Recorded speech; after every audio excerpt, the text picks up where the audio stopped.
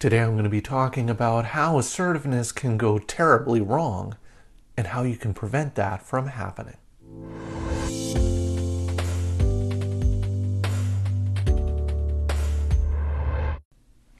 Hi everyone. In today's video we're going to be talking about the assertiveness pitfall and what can happen when assertiveness goes terribly wrong and ways that you can prevent that from happening. But before I get into that, just a couple of disclaimers to go over. I'm a registered psychologist in the province of British Columbia, Canada, and this video is for informational purposes only. It is not intended as a substitute or replacement for advice from your doctor or mental health professional. Now, with those things out of the way, let's talk about the assertiveness pitfall. Now, I've done a few videos on assertiveness that talked about some of the features and characteristics of assertiveness and some of the myths associated with assertiveness. Today, what we're going to be talking about is something I call the assertiveness pitfall. And the one big mistake that people will often make with assertiveness that can make their situation a lot worse. So the key thing to understand, the key point to understand is that when you start being assertive with other people, things will often get worse in the relationship before they get better. Essentially, what happens is in all of our relationships, we have these understood rules of engagement, these understood ways that we relate to each other, and that we get used to how these interactions with other people are going to go. And so if you're passive in a relationship and you decide that I'm going to start to be more assertive in this relationship with the other person, essentially what you're doing is you're changing the rules. You're changing how you're going to behave and how that interaction with the other person is going to go. Now, the thing is, you're not telling the other person that you're changing the rules. You just start to change the rules and they start to react because you're no longer behaving the way you typically do in this relationship. So if you're usually very passive and do what the other person wants, when you stop doing that, that's going to lead to a response from the other person. And typically what happens is that they start to challenge a bit more, and they start to challenge or push your boundaries a little bit more because they're used to you not standing up for your boundaries. So I'll give you a little bit of an example to sort of walk through how this assertiveness pitfall works. So imagine you're at work and you have this really obnoxious coworker that is always kind of pushing their work onto you. And you've got your own work to do, but they push more and more of their work onto you so that they can, hang out by the water cooler and talk with other people. So the rules of engagement are that they have a certain level of obnoxiousness that they use to push their work onto you. And then at that level of obnoxiousness, you say, okay, sure, fine, I'll do that for you. And you're working on their work while they're at the water cooler talking to other coworkers. But one day you decide, okay, you know what? I've had enough of this. I'm going to be assertive. I'm going to set some boundaries with this other person. And so they approach you and they say, hey, can you do this project for me? And you tell them no. You're not going to do that. You've got your own work to do. Well, what typically happens is that the person's now going to get even more obnoxious with you. They're going to push even harder for you to do that project. Oh, come on, it's not that big of a deal. You're really good at this type of thing. Come on, help me out. And so their obnoxiousness goes up. And so what you do is you continue to maintain your boundary, but they push even more, and you continue to maintain your boundary, but they keep upping their level of obnoxiousness until it gets to a point where you just can't take it anymore. And you say, okay, fine, like, it's just too much. Fine, I'll do it for you.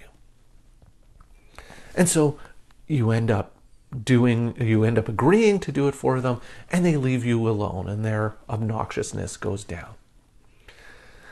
Well, the problem is what that interaction and what you've taught that other person, that coworker, is that this level of obnoxiousness isn't going to get the job done. And so what they need to do next time isn't to come in at the lower level of obnoxiousness, but what they need to do is they need to come in at the higher level of obnoxiousness, and that if they come in at that level of obnoxiousness, you're likely to give in. And so what you've done is you've taught the coworker to be even more obnoxious with you, and then you'll give in and do what they want you to do. So this is a big problem. This has actually made the situation with the coworker worse. So this is a key point with assertiveness. When you set a boundary with another person, you set a new boundary with another person, you have to stick to that boundary. You cannot give in. Because if you give in, what's going to happen is it's now made that situation worse because they come in at a higher level of obnoxiousness in the future. So going back to our situation, our example with the coworker, suppose you don't give in. So they get really, really obnoxious, but you hold that boundary and you continue to refuse to do that project for them. Eventually what's going to happen, as long as you maintain that boundary, is that the coworker is going to learn no level of obnoxiousness is going to get me what I want in this situation. And so they'll just stop bothering you. They'll move on to somebody else because they're not getting what they want in that situation. And so their level of obnoxiousness will go down because it's no longer paying off for them. So as long as you're able to maintain that boundary, that's going to be key in order to change that other person's behavior, change the way that other person interacts with you. And so you reestablish the rules of engagement, the rules of that interaction. So there's 3 key points to make with regards to this, coming from this notion that when you first start to be assertive with someone, things are going to get worse before they get better. And the first is, you don't want to start being assertive with everyone in your life all at the same time. Because if every single one of your relationships is going through this adjustment and going through this period of increased conflict, that's going to be a bit overwhelming. It's going to be a bit too much. And so if every single relationship that you have is all in a little bit of turmoil all at the same time, chances are you're just going to give in. You're not going to be able to hold those boundaries, and that's going to readjust those relationships in a bit of a negative way and sort of make things worse. So when I first start working with someone on assertiveness, I always emphasize, do not start being assertive with everyone all at once. Just start with one person. Start with one of the easier people in your life and practice being assertive, right? You deal with a relatively safe relationship, but it also helps you fine-tune and hone the skill, and you're not dealing with conflict on multiple fronts. Second key point related to this assertiveness pitfall is that you should only set boundaries that you're willing and able to defend, right? If it's not that big of a deal to you, then chances are the more obnoxious the other person's going to get, the more willing you're going to be to just give in. And that just reinforces this cycle of increasing obnoxiousness.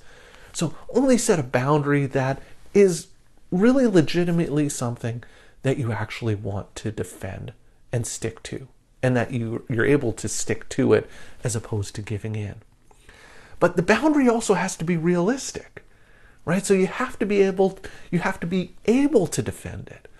I'll often see this as a big problem, big pitfall that parents will fall into with like their teenagers, for example, where they say, if you do that again, you're going to be grounded for life. Well, the teenager knows that it's going to be impossible for you to ground them for life. So they know that that's kind of a hollow threat. So you're setting a boundary that you can't possibly defend. And so they'll just keep pushing, and you can't really defend the boundary because there's no way you can impose that consequence.